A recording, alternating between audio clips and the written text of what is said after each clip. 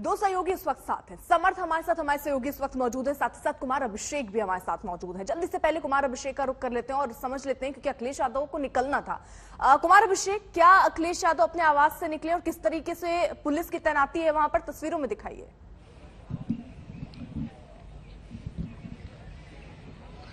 अर्पिता, हम ठीक उनके घर के बाहर हैं, अखिलेश यादव के घर के बाहर। सीधी तस्वीरें आपको दिखाते हैं। यहाँ पर अखिलेश यादव के घर के गेट के पास हलचल इस वक्त आप देख सकती हैं। पुलिस वालों की मौजूदगी है। कहीं ना कहीं उन्हें घर के भीतर ही रोकने और रखने की कोशिश हो रही है कि वो घर से बाहर ना निकलें। आप देखिए, तमाम जो पुलिस के आला अधिकारी हैं, गेट के बाहर जहां से उन्हें निकलना होता है वहां पर उनकी मौजूदगी है। कोशिश ये हो रही है कि अखिलेश यादव को समझाया जाए कि वो घर से बाहर ना निकले। दूसरी तरफ बाहर आपकी तैनाती हम आपको दिखा रहे हैं। बाहर इस तरफ पुलिस वालों की तैनाती है ताकि निकलते ही उन्हें रोक लिया जाए। बैरिकेड लगी हुई है और साथ साथ समाजवादी पार्टी के कार्यकर्ता यहां पर अच्छी खासी तादाद में दिख रहे हैं। हालांकि बहुत सारे कार्यकर्ताओं को शहरों में भी रोका गया है कि वो यहां ना पहुंच पाए।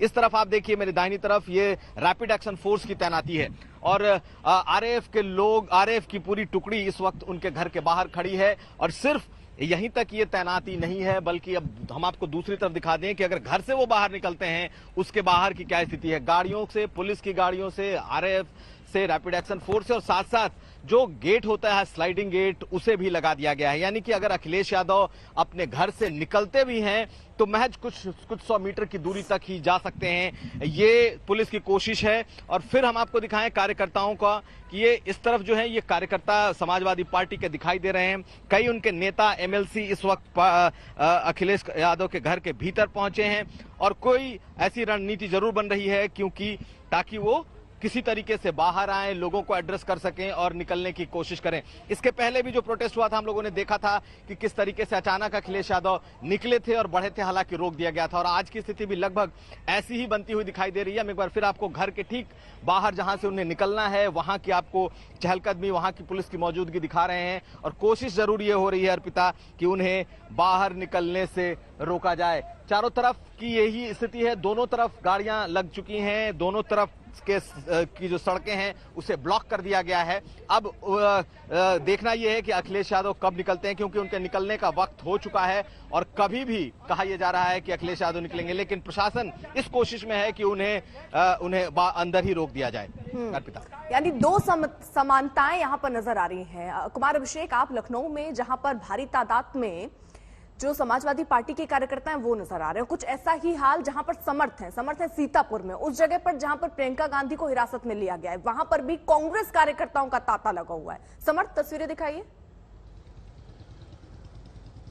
देखिए, द्वितीय पीएससी वाहिनी सीतापुर पुलिस की मैं मौजूद हूँ और सबसे पहले तस्वीर आपको दिखाऊं। अगर कार्यकर्ता जो हैं वो बढ़ते जा रहे हैं, जिस तरह से वक्त बीतता जा रहा है। प्रियंका गांधी को लगभग 5:30 बजे हिरासत में लिया गया।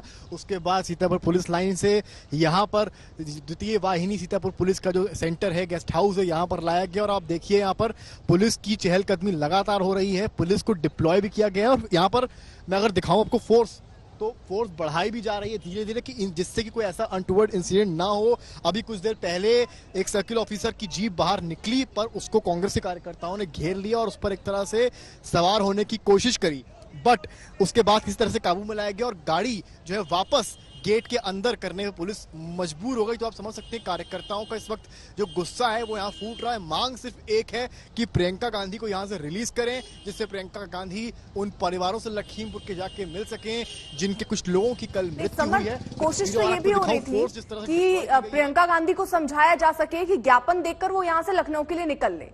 क्या ऐसी कोई कोशिश कामयाब होती हुई नजर आ रही है? और अगर नहीं तो स्ट्रेटजी और आगे क्या हो सकती है इन कांग्रेस कार्यकर्ताओं की या खुद प्रियंका गांधी की?